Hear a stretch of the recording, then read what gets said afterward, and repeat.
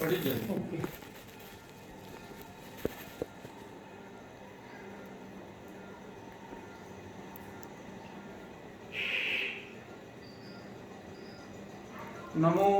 अर्यन्ताणं नमो सिद्धाणं नमो आयर्याणं नमो वज्रायाणं नमो लोये सब्बसाहुणं येषु पंच नमोकारो सब्बपावप्पणासनो मंगलाणं च सव्वेसिं परमं हवै मंगलम् मंगलं भगवान् वीरो मंगलं गौतम प्रभु मंगलं स्थूलिभद्राद्या जैन धर्मोस्तु मंगलम् अंगूठे अमृतवसे लब्धितना भंडार ते गुरु गौतम समरिये मनवांचित फलदातार जयतु लोके शीलराजेन्द्र सूरीर हरतु तापम देहिनां क्लेशवाजं नदतु वाद्यं तद्युषो दुन्दुभीनां जपतु तस्याख्यां सदा भव्यलोकाम्। देवानुप्रिय आत्मार्थी सूर्यजनों, आज श्रावण वधी प्रतिपदा है, एकम तिथि है। आज के अवसर पर मैं अपने वक्तव्य में गणधर श्री गौतम स्वामी जी का विशेष परिचय देना चाहूंगा।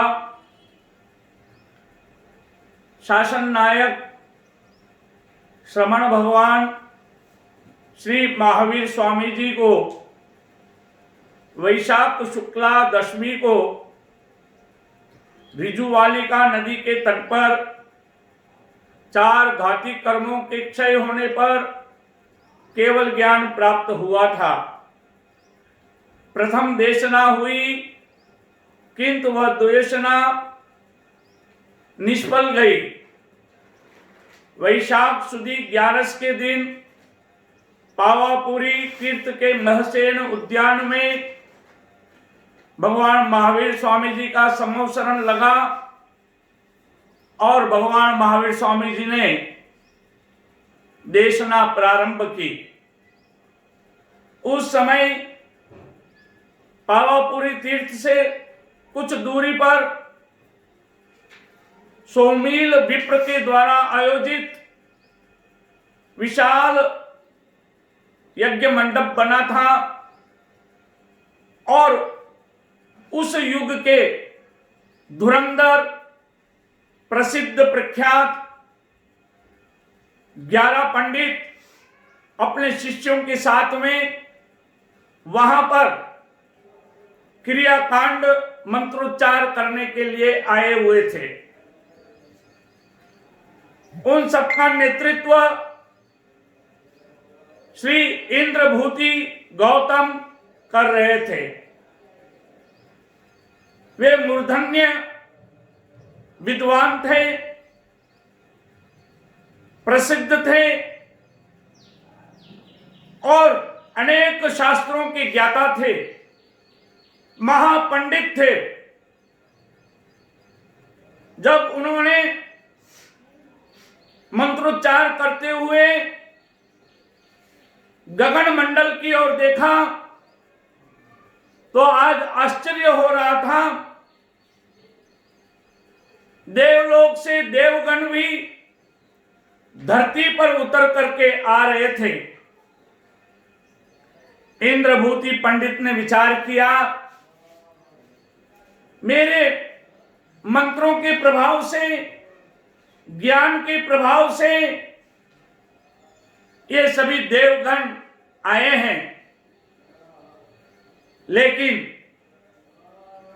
देवताओं ने दिशा बदल दी और देवगण जब धीरे धीरे आगे बढ़ गए तब इंद्रभूति महापंडित ने विचार किया, मनुष्य भूल कर सकते हैं किंतु आज ये देवगण भी भूल कैसे कर रहे हैं। विचार मग्न हो गए, अंतर मन के अंदर विचार की श्रेणियां चली, विचार के तरंग चले, विचार पर विचार आते रहे और उन्हीं विचार से उनके मन के अंदर एक विकल्प उठा, एक भाव जागृत हुआ। सबसे पहले मन में विचार आता है, विचार आने के पश्चात ही विकल्प आता है और विकल्प आने के बाद में इंद्रभूति पंडित वहां से उठे और उन्होंने विचार किया, कौन है आगे, क्या बात है। तब उन्होंने जाना सर्वज्ञ सर्वदर्शी 24वें तीर्थंकर श्री महावीर स्वामी जी, जिनका समवसरण है, देवगण वहां जा रहे हैं, दर्शन वंदन और धर्म श्रवण कर रहे हैं। उन्होंने विचार किया, एक म्यान में दो तलवार नहीं रह सकती, एक गुफा में दो शेर नहीं रह सकते। मन के अंदर यह ऐसा विकल्प उठा और अभिमान से उन्होंने यह ठान लिया, मैं भी जाऊंगा और विवाद करूंगा, प्रश्न करूंगा और सामने वाले को निरुत्तर कर दूंगा। इंद्रभूति पंडित के भी 500 विद्यार्थी थे, शिष्य थे।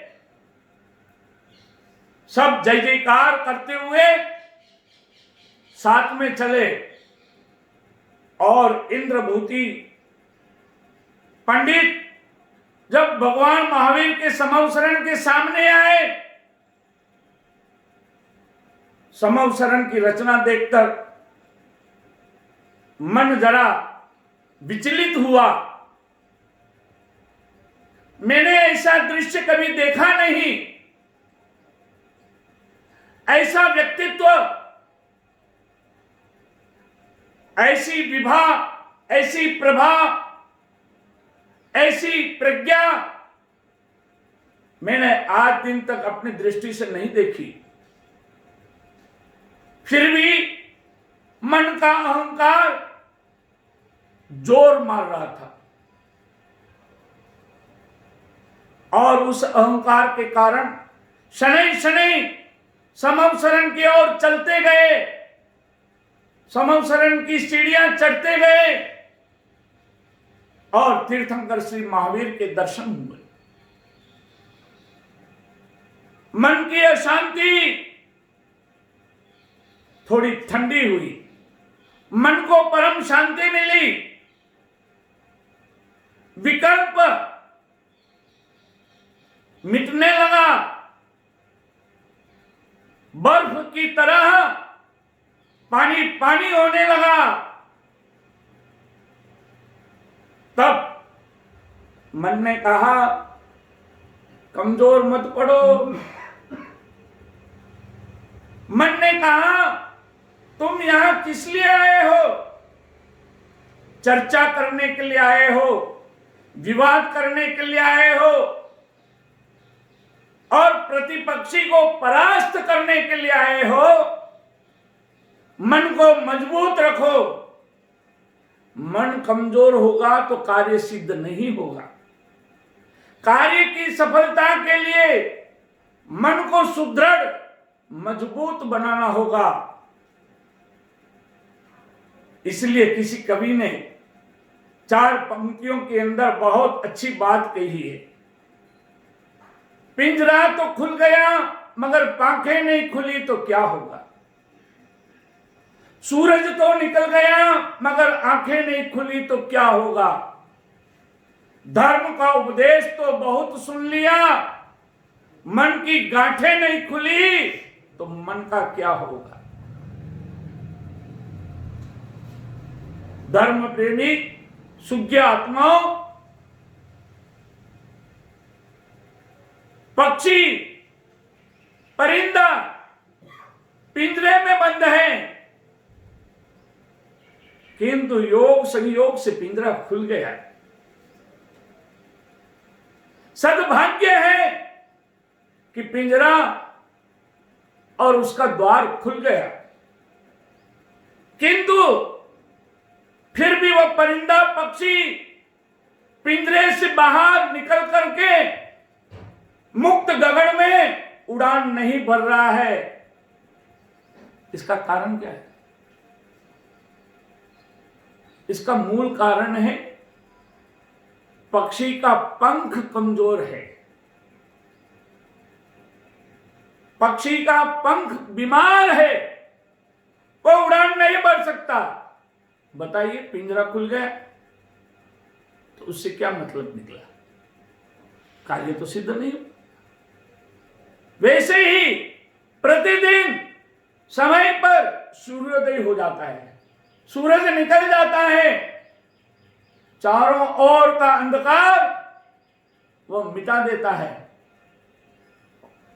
किंतु कोई मानव अपनी दोनों आंखें बंद करके बैठ जाए और फिर कहे कि अंधेरा है, अंधकार है, तो इसमें भूल किसकी है? भूल सूरज की नहीं है। सूरज ने अपना काम कर दिया, प्रकाश दे दिया, आलोक दे दिया, किंतु आंखें ही बंद है। आंखें बंद है इसलिए अंधकार, आंखें खुले तो प्रकाश मिले। इसी तरह से अनेक बार हमने अपने जीवन में संतों से, गुरुओं से धर्मवाणी, सत्यवाणी सुनते रहे, सुन रहे हैं, सुनने का अवसर अनेकों बार मिला, सबने अच्छा समझाया,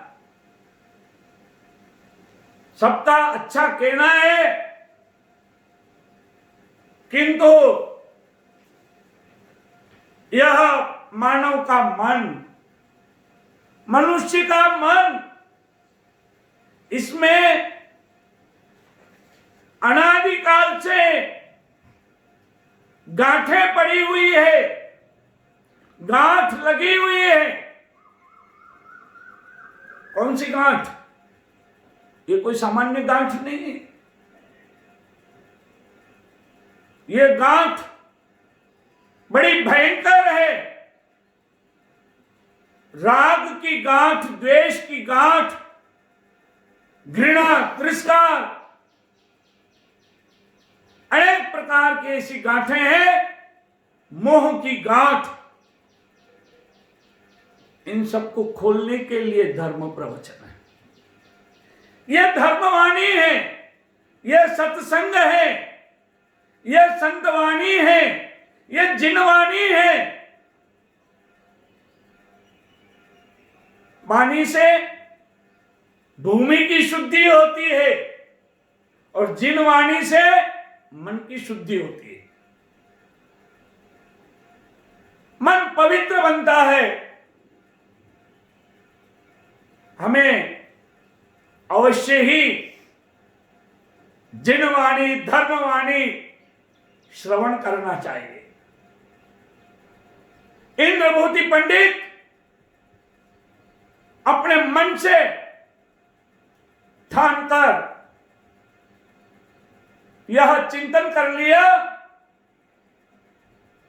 भगवान महावीर को मैंने देख तो लिया, भगवान महावीर की आंखों से आंखें तो मेरी मिल गई, अब मैं विवाद कहां से प्रारंभ करूं? बात कहां से प्रारंभ करूं? अभी तो मन के अंदर यह उथल पुथल मची हुई थी कि वहां पर समव शरण में विराजमान सर्वज्ञ सर्वदर्शी भगवान महावीर ने स्नेह से संबोधित करते हुए कहा,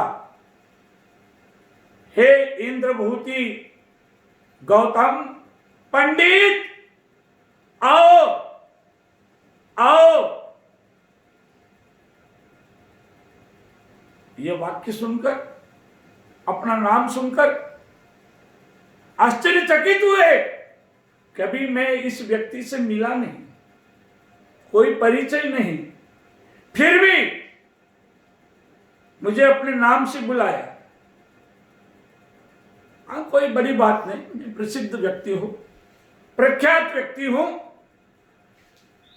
चारों दिशाओं में मेरा नाम गूंज रहा है, इन्होंने भी मेरा नाम सुन लिया होगा इसलिए बुलाया होगा। किंतु मैं इससे प्रभावित होने वाला नहीं हूं, ठगा जाने वाला नहीं हूं। मैं यहां अपना उद्देश्य लेकर आया हूं। मेरे मन में संदेह, प्रश्न है, और आज दिन तक उस प्रश्न को मैंने किसी के सामने प्रकट नहीं किया। अगर मेरे प्रश्न का समाधान मिल जाए, उत्तर मिल जाए, मैं भी मानने लगूंगा कि ये सर्वज्ञ है, सर्वदर्शी है, वीतराग है। इतना इंद्रभूति पंडित का सोचना था, और उधर से भगवान महावीर ने कह दिया, इंद्रभूति पंडित, तुम्हारे मन में संशय है, संदेह है, आत्मा है या नहीं, जीव है या नहीं, ये बहुत बड़ा प्रश्न इंद्रभूति पंडित के मन में था। शास्त्रों को पढ़ने के पश्चात भी इस संशय का समाधान सही ढंग से कहीं से उन्हें नहीं मिला था। किंतु पूछे तो किसको पूछे? गुरु स्वयं ही किसको पूछने जाए? बड़ा सवाल था। किंतु मन के इस संशय को आज महावीर ने प्रकट कर दिया, और महावीर के श्रीमुख से यह बात सुनकर इंद्रभूति पंडित चौंक गए, विस्मित हो गए, आंखें खुली की खुली रह गई, और मन का विकल्प गिरने लगा और संकल्प बढ़ने लगा। आए थे विचार करके विवाद करने के लिए, विकल्प भी साथ में था, किंतु विकल्प मिट गया, समाधान मिल गया, और समाधान मिलते ही इंद्रभूति पंडित स्वयं ने एक संकल्प किया था कि मुझे जो परास्त कर देगा उसके सामने मैं नतमस्तक हो जाऊंगा। अहंकारी जरूर थे, किंतु सत्य को पाने के पश्चात स्वीकार करने के लिए भी तैयार थे। और हाथ जोड़कर भगवान महावीर स्वामी जी से इंद्रभूति पंडित ने कहा, आज मेरे जीवन का संशय मिट गया, संदेह मिट गया, समाधान मिल गया। मैं आपके श्री चरणों में जीवन अर्पित करता हूं, शिष्यत्व ग्रहण करना चाहता हूं। तब भगवान महावीर ने उपन्नैव विगमैव द्वैव, ये त्रिपदी दी। इंद्रभूति पंडित ने इस त्रिपदी को ग्रहण किया। जिन शासन में समर्पित हो गए, भगवान महावीर के प्रथम गंधर्व बन गए, शिष्य बन गए, और इनका नाम हुआ गंधर्व श्री गौतम स्वामी जी। 50 वर्ष की उम्र में जिन्होंने संयम लिया, 50 वर्षों तक जिन्होंने अपने अहंकार को पाल रखा था, भगवान महावीर के संपर्क से, दर्शन से 50 वर्ष का वह अहंकार दूर हो गया। गंधर्व श्री गौतम स्वामी जी अहंकार का त्याग कर अब विनय की मूर्ति बन गए। जीवन में क्या है? अहंकार चला जाता है, उसके बाद में नम्रता आती है, विनम्रता आती है। इसलिए नमस्कार महामंत्र में अरिहंत सिद्ध आचार्य उपाध्याय साधु भगवंत बाद में है, पहले पद है नमो नमो नमो। बार बार नमो पद को याद किया जाए। ये 2 अक्षर का पद, 2 अक्षर का यह शब्द, यह नमस्कार जीवन में गुणों का आविष्कार कर देता है और दुर्गुणों का बहिष्कार कर देता है। ऐसे इतिहास के अंदर, जैन परंपरा के अंदर गुरु शिष्य की जोड़ी याद की जाती है तो कहते हैं महावीर और गौतम की जोड़ी। ऐसे विनयवान गौतम अपने जीवन के अंदर संयम लेने के बाद विचारना करते हैं, धारणा करते हैं, आजीवन तप करते हैं, बेले का तप, और जीवन में तप के द्वारा अनेक लब्धियां उनको प्राप्त होती है। गौतम स्वामी जी को विशेष लब्धियां प्राप्त थी। 28 लब्धियों का नाम आज भी सूत्रों में वर्णित है। विनय आने से उनके जीवन में विद्या आई। विद्या कब आती है? गुरु का विनय करने पर विद्या आती है। और जब जीवन में विद्या आ जाती है तो उससे जीवन का विवेक दीप प्रकट हो जाता है, विवेक आ जाता है। विवेक से उचित अनुचित, कर्तव्य अकर्तव्य आदि का भान, ज्ञान हो जाता है। गंधर्व श्री गौतम स्वामी जी के जीवन में विनय भी था, विद्या भी थी, विशेषता भी थी, और उन विशेषताओं के कारण उन्होंने अनेकों बार भगवान महावीर स्वामी जी से विनय पूर्वक अनेक छोटे बड़े प्रश्न किए, जिनका उत्तर भगवान महावीर ने दिया। गंधर्व श्री गौतम स्वामी जी ने उपकार किया, स्वयं जानते हुए भी इसलिए पूछते थे कि दूसरों को ज्ञान मिले। और गंधर्व गौतम स्वामी जी ने जिनको भी संयम दिया, दीक्षा दी, उन्हें केवल ज्ञान हो गया। स्वयं पीछे रह गए, गुरु पीछे रह गए और शिष्य आगे बढ़ गए। इसलिए कहते हैं गुरु गुड़ और चेला शक्कर। उन्हें संशय हुआ, भगवान महावीर से सहजता से उन्होंने पूछा, मुझे मुक्ति क्यों नहीं मिल रही है, मुझे केवल ज्ञान क्यों नहीं हो रहा है? भगवान महावीर ने कहा, ये राग है, राग ही आग लगा देता है जीवन के बाग में।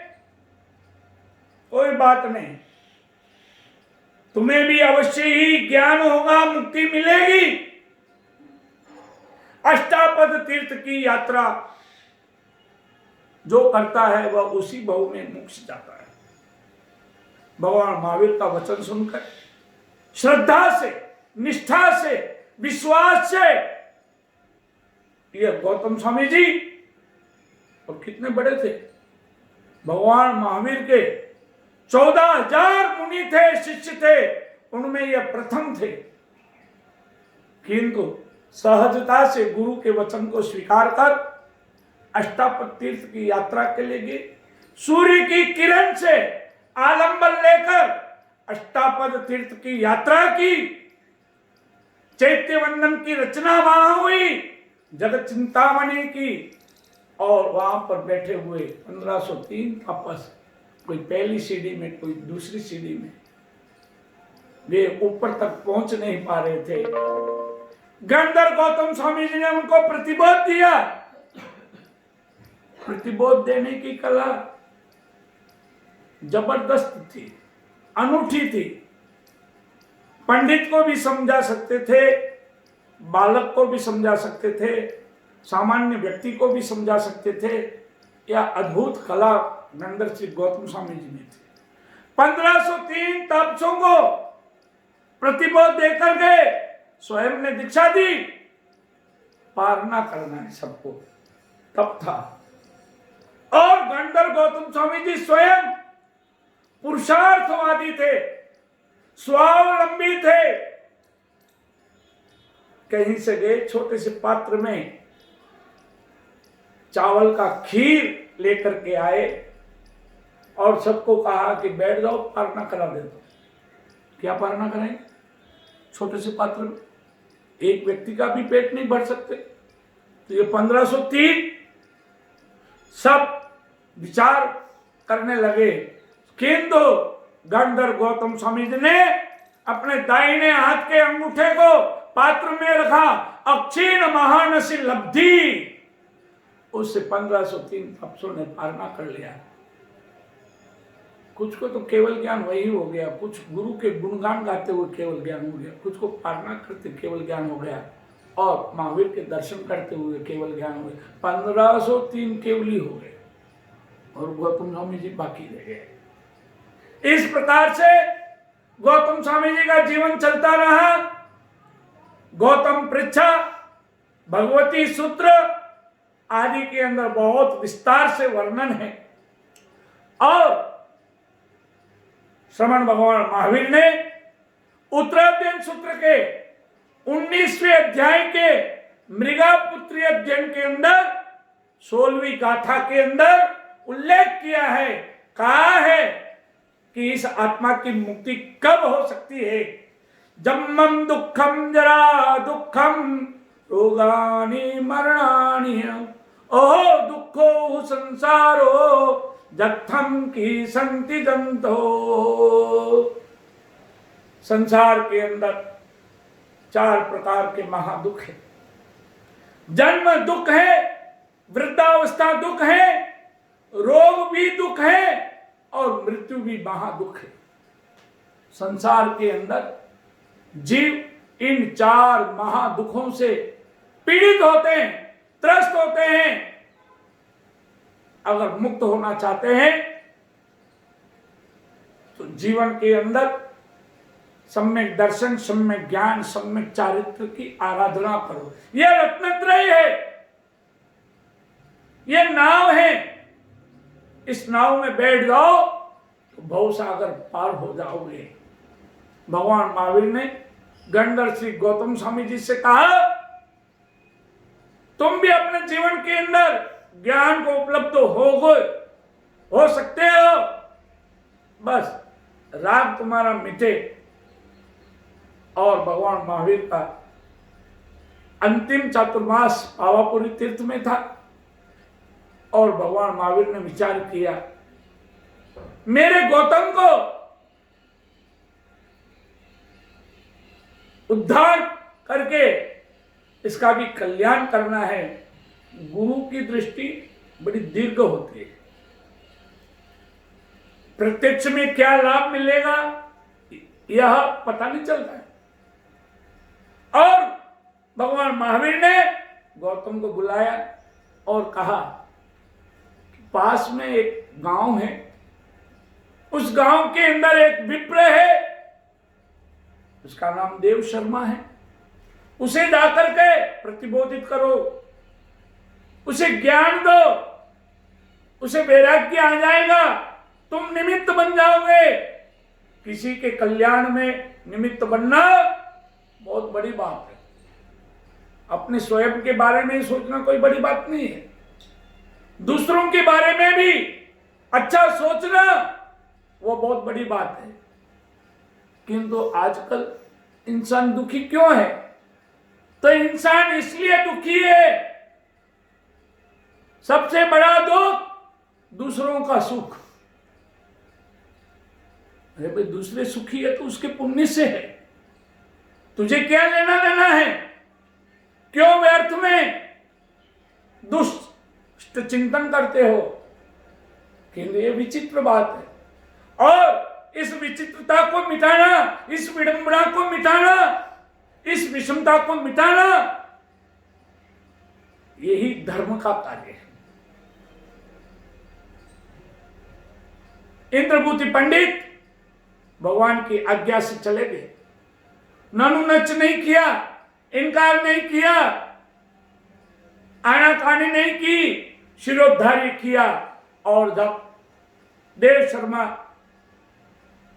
को प्रतिबोध दे करके दूसरे दिन वापस लौट रहे थे,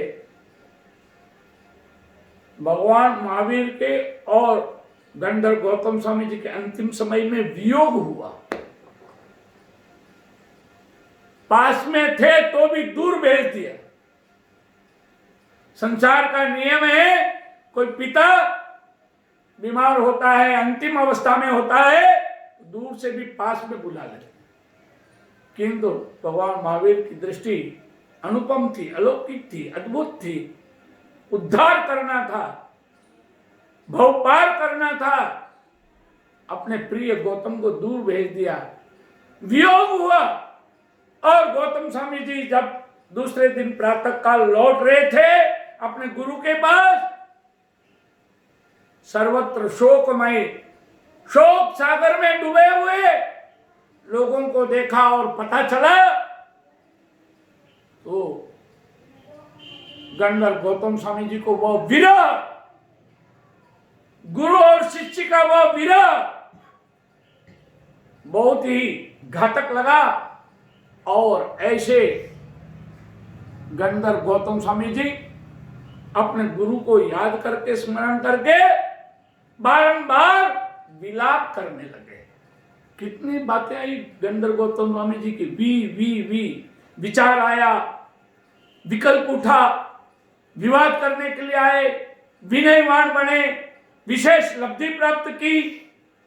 उसके पश्चात वियोग हुआ, विरह हुआ, और अब तो गौतम स्वामी जी विलाप भी कर रहे हैं, रुदन कर रहे हैं एक बालक की तरह। और विलाप करते करते भी